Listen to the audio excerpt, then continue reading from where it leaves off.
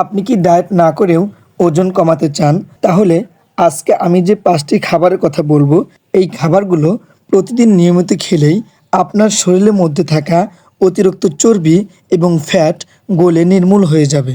নম্বর ১, শসা। ক্যালোরি কম, পানি বেশি, ওজন কমাতে খুবই কার্যকরী এবং শসা হচ্ছে ওজন কমাতে অমূল্য রত্ন।